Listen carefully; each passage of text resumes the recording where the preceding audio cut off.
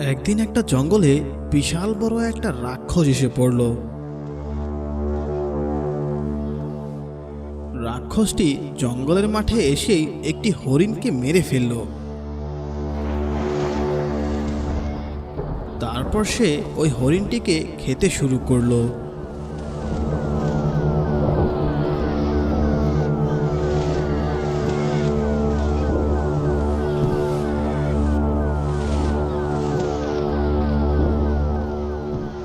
এই জঙ্গলে এসেই তো একটা হরিণকে শিকার করে খেলাম, পেটটা ভালোই ভরেছে। মনে হচ্ছে এই জঙ্গলে আরো অনেক শিকার আছে। এই জঙ্গলে এসে ভালো কাজই করেছি। হরিণটাকে খেয়ে এখন অনেক ঘুম পাচ্ছে, একটু বিশ্রাম নিতে পারলে ভালো হতো। দেখি আশেপাশে কোথাও একটা গুহা খুঁজে পাই কিনা, তাহলে সেখানেই বসে একটু জিরানো যাবে। এই বলে রাক্ষস তার নিজের জন্য একটি গুহা খুঁজতে লাগলো। রাক্ষস এক পর্যায়ে খুঁজতে খুঁজতে একটি বাঘের গুহায় এসে পৌঁছালো। বাঘ নিজের চোখের সামনে এত বড় রাক্ষসকে দেখে ভয় পেয়ে গেল। ওরে বাবারে, এইটা আবার কি? এ তো দেখছি একটা রাক্ষস। শেষমেশে এই বেটা আমাকে খেতে আমার কাছে আসলো নাকি? এখন তো মনে হচ্ছে বেঘরে এই রাক্ষসের হাতে প্রাণটা আমার গেল। এই গুহাটা থাকার জন্য অনেক ভালো, কিন্তু এখানে তো দেখছি একটা বাঘ রয়েছে। বাঘটাকে কি এখনই খাবো নাকি? এখনই তো একটা হরিণ খেয়ে আসলাম, আর হরিণটা খেয়ে পেটটা একেবারে ভর্তি হয়ে গেছে। বাঘটাকে তাহলে খাবো কিভাবে? আমি একটা কাজ করি, এই বাঘটাকে আমি আমার গোলাম বানিয়ে নেই, তাহলে ও আমার জন্য শিকার করে আনতে পারবে। এই বাঘ, বাঁচতে চাস তো আমার গোলাম হয়ে যা, তা না হলে তোকে আমি এখনই মেরে ফেলবো। অবশ্যই অবশ্যই, আমি আপনার গোলাম হওয়ার জন্য প্রস্তুত আছি। আপনার গোলাম হলে কমসে কম প্রাণটা তো বাঁচবে, আপনার পেটে আর যেতে হবে না। আপনার কথার অবাধ্য হলে আপনার হাতে যে বড় একটা ডান্ডা দেখছি, ওটা মেরে আমাকে ঠান্ডা করে দেবেন আপনি। তার চেয়ে ভালো এটাই হবে, আপনার গোলাম হয়ে যাই আমি। যাক, তোর মাথায় তাহলে একটু বুদ্ধি আছে। আমার গোলাম হওয়ার জন্য রাজি হয়েছিস তাহলে তুই। এখন যা, আমার জন্য একটা কিছু শিকার করে নিয়ে আয়। ততক্ষণ পর্যন্ত আমি এই গুহাতে একটু হেলান দিয়ে জিরিয়ে নেই, অনেক ক্লান্ত হয়ে গেছি। আচ্ছা ঠিক আছে, আপনি এই গুহাতেই একটু বিশ্রাম নিয়ে নিন। আমি আপনার জন্য কিছু একটা শিকার করে আনছি। এই কথা বলে বাঘ চলল রাক্ষসের জন্য কিছু একটা শিকার করতে, আর রাক্ষস আরামসে গাছের সাথে হেলান দিয়ে বিশ্রাম নিতে লাগলো।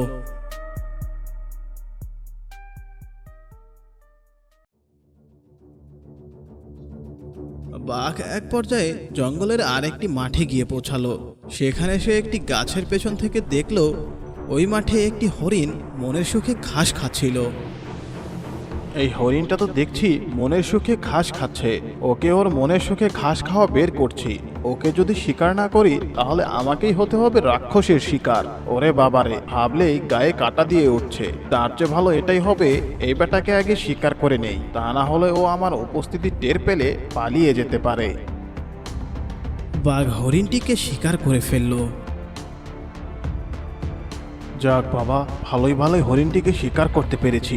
এইবার এই হরিণটিকে নিয়ে রাক্ষসের কাছে যাই, তা না হলে যদি ওর পেটে ক্ষুধা লাগে তাহলে এই হরিণের সাথে সাথে আমাকেও খেয়ে ফেলতে পারে। ওর পেট কখনো ফাঁকা রাখা যাবে না।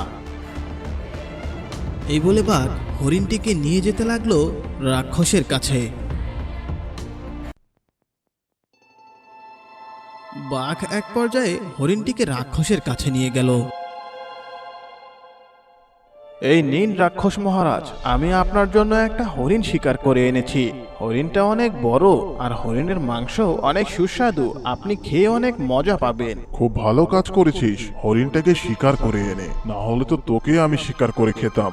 যতদিন তুই আমার জন্য শিকার করে আনবি ততদিনই তুই বেঁচে থাকতে পারবি, এই কথাটা তুই মনে রাখিস। আমার পেট ফাঁকা হওয়ার আগেই আমার জন্য শিকার চাই, সে তুই যেখান থেকেই পারিস। আমার জন্য শিকার আনতেই হবে। পেটটা এখন ফাঁকা ফাঁকা লাগছে, এখনই এই হরিণটাকে বসে বসে খাই।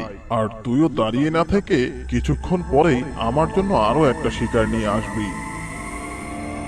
এই বলে রাক্ষস বাঘের আনা শিকারটি মজা করে খেতে শুরু করলো।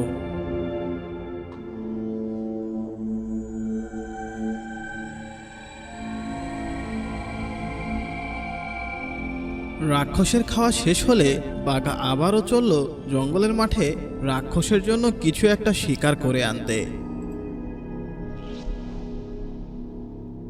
এইভাবে বাঘ বেশ কয়েকদিন রাক্ষসের জন্য প্রতিনিয়ত হরিণ শিকার করে আনতো জঙ্গল থেকে, আর রাক্ষস সেটা বসে বসে মজা করে খেত।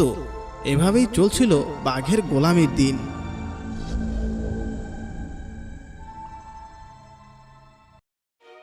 একদিন বাঘ একা একাই ভাবছিল কিভাবে এই রাক্ষসকে শায়েস্তা করা যায়। না, এভাবে আর চলতে পারে না। কিভাবে যে ওই রাক্ষসটাকে শায়েস্তা করি তাই তো ভেবে পাচ্ছি না। আমার মাথায় তো এত বুদ্ধি নেই যে ওই রাক্ষসটাকে আমি শায়েস্তা করব। আমার চেয়ে রাক্ষসটার শক্তি শত শত গুণ বেশি। ওকে হারাতে হলে বুদ্ধি দিয়ে হারাতে হবে। একটা কাজ করি, ভাগ্নে শিয়ালের কাছে সাহায্য চাইতে যাই। দেখি ভাগ্নে শিয়াল রাক্ষসটাকে শায়েস্তা করতে পারে কিনা। এই বলে বাঘ যেতে লাগলো শিয়ালের কাছে।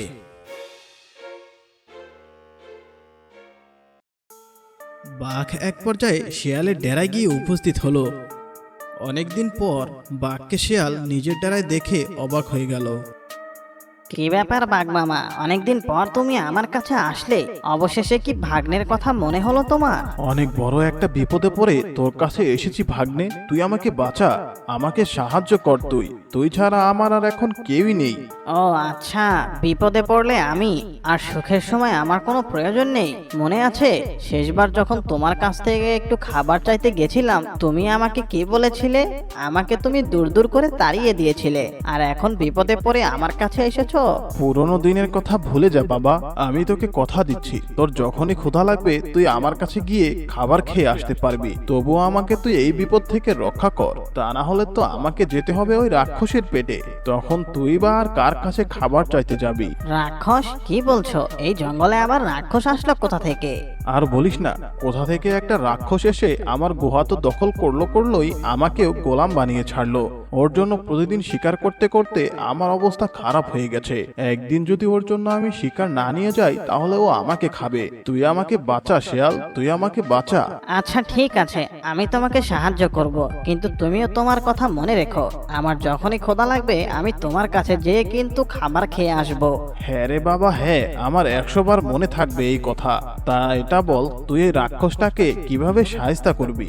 এই নিয়ে তুমি কোনো চিন্তা করো না মামা, তুমি শুধু আমার জন্য একটা হরিণ শিকার করে আনো। তারপর ওই হরিণটাকে নিয়ে আমি রাক্ষসের কাছে যাব, তাহলে ওই রাক্ষসটা উচিত শিক্ষা পাবে। শিয়ালের কথা শুনে বাঘ আর কোনো প্রশ্ন না করে সোজা গেল জঙ্গলের মাঠে, আর গিয়ে আরেকটা হরিণ শিকার করে ফেললো। যাক বাবা, ভালোই হরিণটিকে শিকার করতে পেরেছি।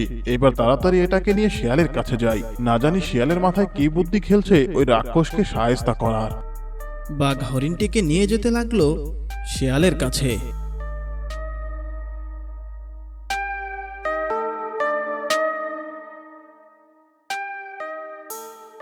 এই নে, আমি একটা হরিণ শিকার করে এনেছি। এখন তুই কি করবি কর। খুব ভালো কাজ করেছো বাঘ মামা। এখন আমি এই হরিণটিতে বিষ মাখিয়ে নিয়ে যাব ওই রাক্ষসের কাছে। তারপর যখনই এই রাক্ষসটা এই বিষ মাখানো হরিণটা খাবে তখনই ওর কেল্লা ফতে হয়ে যাবে। তুমি কিছুক্ষণ পরে আমাদের দুজনের জন্য একটা হরিণ শিকার করে এনো। আমরা দুজন বসে বসে সেই হরিণটা খাবো রাক্ষস মরার পরে। বাঘকে এমন কথা বলে শিয়াল হরিণটিকে নিয়ে বাঘের গুহার দিকে যেতে লাগলো। শিয়াল হরিণের উপর বিষ মাখিয়ে বাঘের গুহায় নিয়ে গেল, আর রাক্ষসকে বলতে লাগলো, বাঘ মামা শিকার করতে করতে হাঁপিয়ে গেছে। উনি আপনার জন্য আরো 3-4টা শিকার একসাথে নিয়ে আসছেন। আপনি যাতে ক্ষুধার্ত না থাকেন তাই তো বাঘ মামা এই হরিণটা আমাকে দিয়ে পাঠালেন, আর বললেন তাড়াতাড়ি গিয়ে রাক্ষস মহারাজকে এই হরিণটি খেতে দাও। তাই তো আমি আপনার জন্য হরিণটি নিয়ে এসেছি রাক্ষস মহারাজ। বাহ, বাঘটার দেখছি অনেক বুদ্ধি। তোকে দিয়ে শিকার পাঠিয়েছে, আর ও নাকি 3-4টা শিকার একসাথে নিয়ে আসছে। আজকে তাহলে ভালো মন্দ খাওয়া হবেই হবে। তাহলে তাড়াতাড়ি এই হরিণটাকে খেয়ে ফেলি, আর বাঘ ফিরে আসার অপেক্ষা করি, কারণ এরপর আরো 3-4টা শিকার খেতে হবে। এই বলে দৈত্য শিয়ালের বিষ মাখানো হরিণটি খেতে শুরু করলো।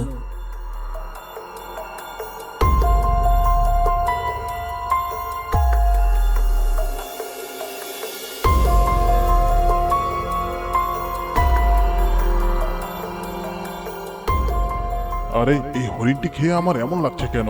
আমার গলা মনে হচ্ছে কেউ চেপে ধরেছে, দম আটকে যাচ্ছে, চোখেও ঝাপসা দেখছি, আর মাথা প্রচন্ড ঘোরাচ্ছে। এরকম লাগছে কেন আমার? এরকম তো আগে কখনো হয়নি আমার সাথে। কারণ তোর খাবারে আমি বিষ মাখিয়ে দিয়েছিলাম, বিষের প্রভাবে তোর সাথে এগুলো হচ্ছে।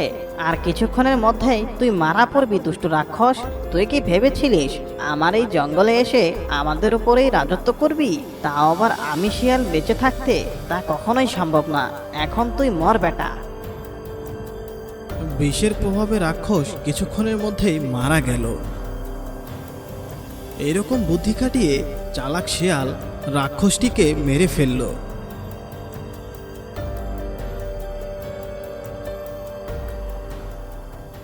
এরপর বাঘ আর শিয়াল দুজনে মিলে মজা করে একটি হরিণ খেতে লাগলো তাদের নিজেদের গুহায় বসে।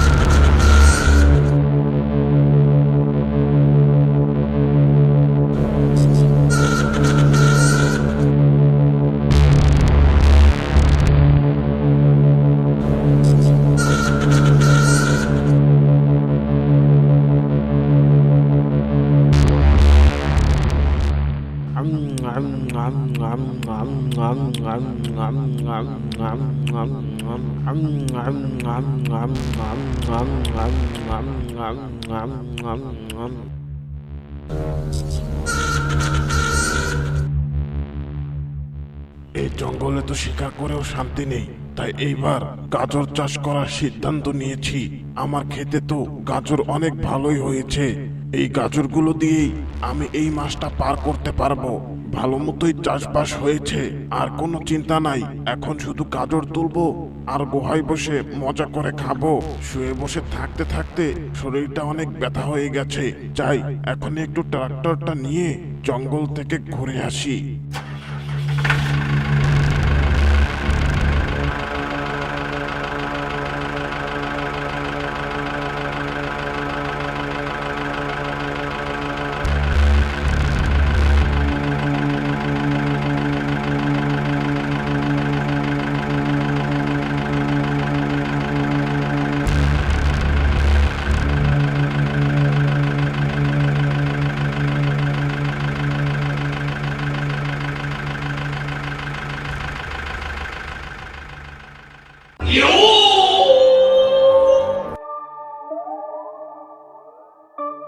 আরে ওই রাক্ষসটা আবার ট্রাক্টর পেল কোথায়?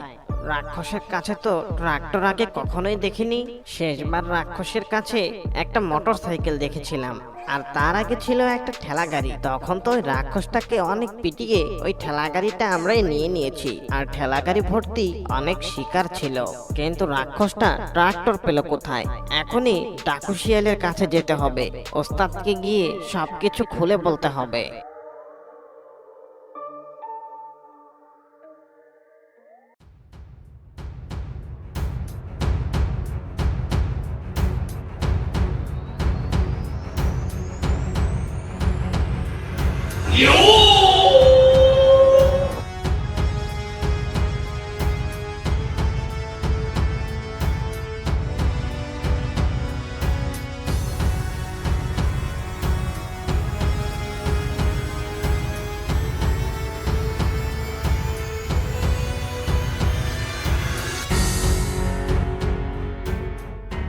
ওস্তাদ, আর কত শুয়ে থাকবেন? ওদিকে তো অনেক বড় একটা কাণ্ড হয়ে গেল। আপনি তো তার কিছুই জানেন না। আপনাকে তো সেটাই বলতে আসলাম আমি। তাড়াতাড়ি ওঠেন।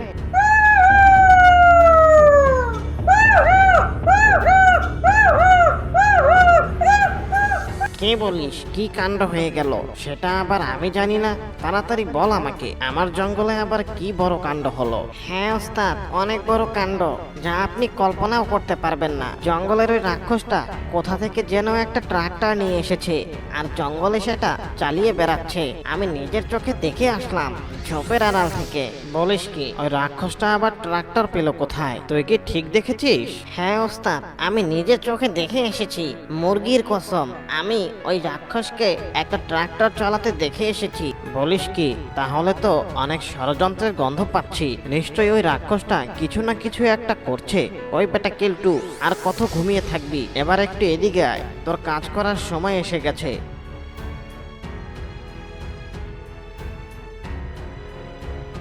জি ওস্তাদ বলেন, আমি আপনার জন্য কি করতে পারি? তাহলে শোন, আমার এই চেলাটা ওই রাক্ষসটাকে ট্রাক্টর চালাতে দেখেছে। তুই এখনই যাবি রাক্ষসের ডেরায়, আর গিয়ে দেখবি ওই রাক্ষসটা কি করছে, ও ট্রাক্টর পেল কোথায়, আর ওই ট্রাক্টর দিয়ে ও করেটা কি।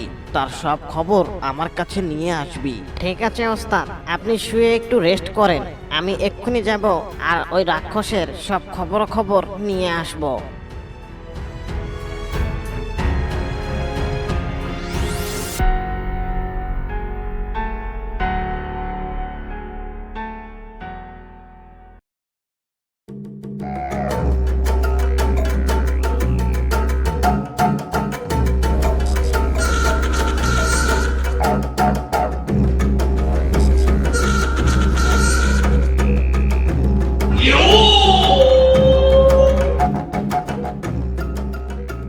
ও আচ্ছা, তাহলে এই ব্যাপার। রাক্ষসটা তাহলে এইখানে গাজর চাষ করছে, আর জমি চাষ করার জন্য এই ট্রাক্টরটা নিয়ে এসেছে। ভালোই হলো, এখন থেকে আমাদের সবার গাজর খাওয়া হবে ফ্রিতেই। ওস্তাদকে গিয়ে এখনই সব ঘটনা খুলে বলি।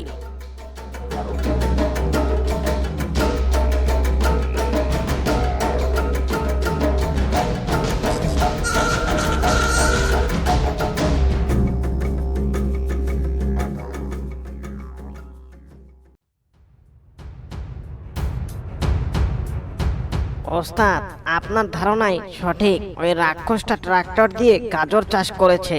দেখলাম গাজরগুলো অনেক সুন্দর হয়েছে ওর খেতে, আর ওই বেটা ওই গাজরগুলো খায় আর গুহায় পরে পরে ঘুমায়। আরে বাহ, এ তো অনেক ভালো খবর নিয়ে এসেছিস তুই। এখন থেকে আমাদের সবার গাজর খাওয়া হবে। যা, আমাদের সবার জন্য গাজর নিয়ে আয় ওর ক্ষেত থেকে চুরি করে। দেখিস ও যেন আবার টের না পায়। ঠিক আছে ওস্তাদ, আমি এখনই গিয়ে আমাদের সবার জন্য ওই রাক্ষসের ক্ষেত থেকে গাজর চুরি করে আনছি।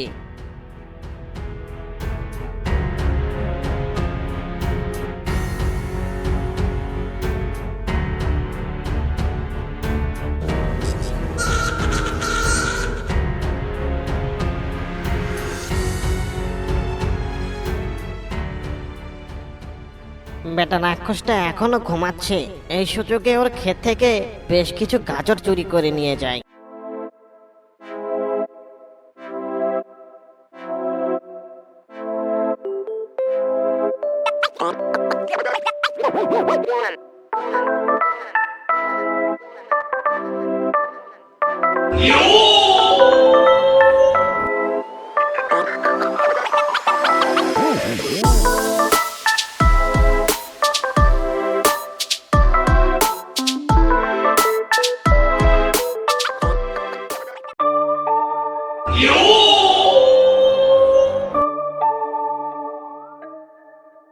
এই নিন ওস্তাদ, অনেক কষ্ট করে অনেকগুলো গাজর ওর ক্ষেত থেকে চুরি করে নিয়ে এসেছি। খুব ভালো কাজ করেছিস আমার চেলারা। এবার সবাই মিলে গাজর খাবো আমরা অনেক মজা করে।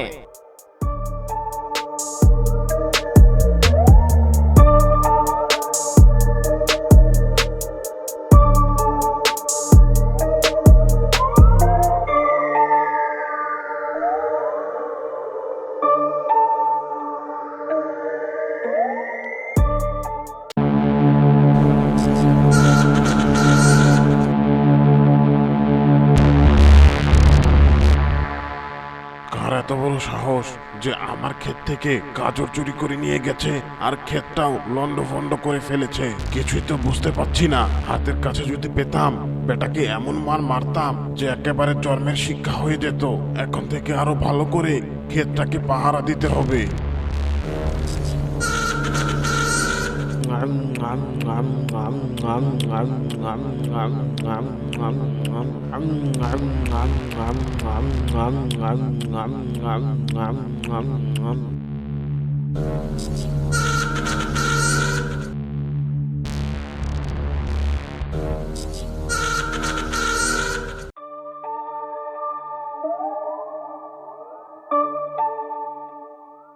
বুঝলি চালারা, রাক্ষসের ক্ষেতের গাজরগুলো অনেক সুস্বাদু ছিল, খেয়ে অনেক মজা পেয়েছি। শোন কেলটু, তুই গিয়ে আবার ওই রাক্ষসের ক্ষেত থেকে বেশ কিছু গাজর চুরি করে নিয়ে আয়। রাক্ষসের ক্ষেতের গাজরগুলো অনেক মজাদার আর অনেক টেস্টি। ঠিক আছে ওস্তাদ, আমি এক্ষুনি যাচ্ছি আর ওই রাক্ষসের ক্ষেত থেকে অনেকগুলো গাজর নিয়ে আসছি।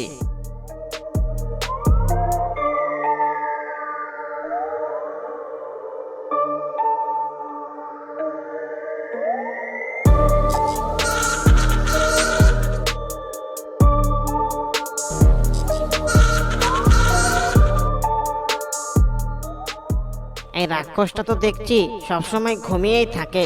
ভালোই হয়েছে, আমার চুরি করতে আর কোনো বাধা নেই।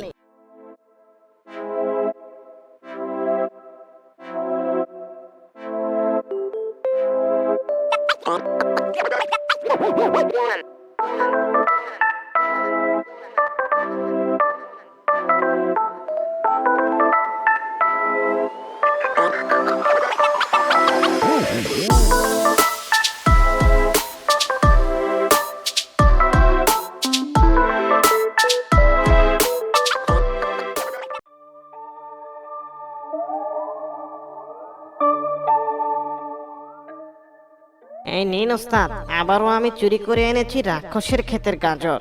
এইবার সবাই মিলে মজা করে খাবো। হ্যাঁ, তুই ঠিকই বলেছিস। সবাই একটা করে গাজর নিয়ে যা আর মজা করে গাজর খা।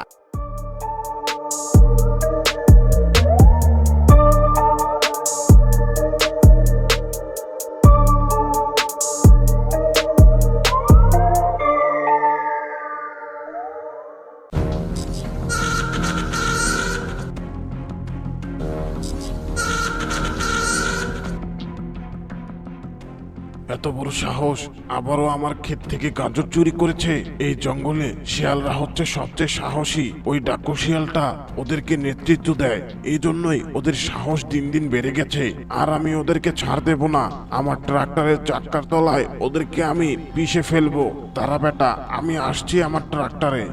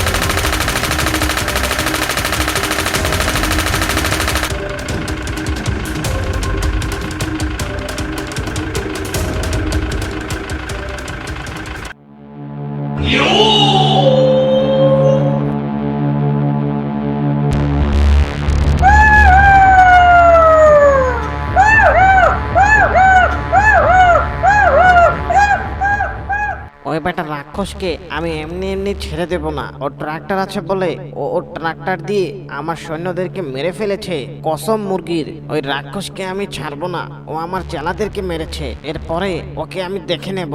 আর বন্ধুরা, গল্পটি ভালো লাগলে অবশ্যই শেয়ার করে দেবেন। আর হ্যাঁ, চ্যানেলটিতে যারা এখনো নতুন তারা অবশ্যই সাবস্ক্রাইব করে পাশে থাকা বেল বাটনটি অন করে যাবেন। ভিডিওটি দ্বিতীয় পার্ট খুব শীঘ্রই আসছে। আর হ্যাঁ, দেখতে চাইলে অবশ্যই কমেন্ট করুন। আপনারা বললে তবেই এর দ্বিতীয় পার্ট আমি বানাবো।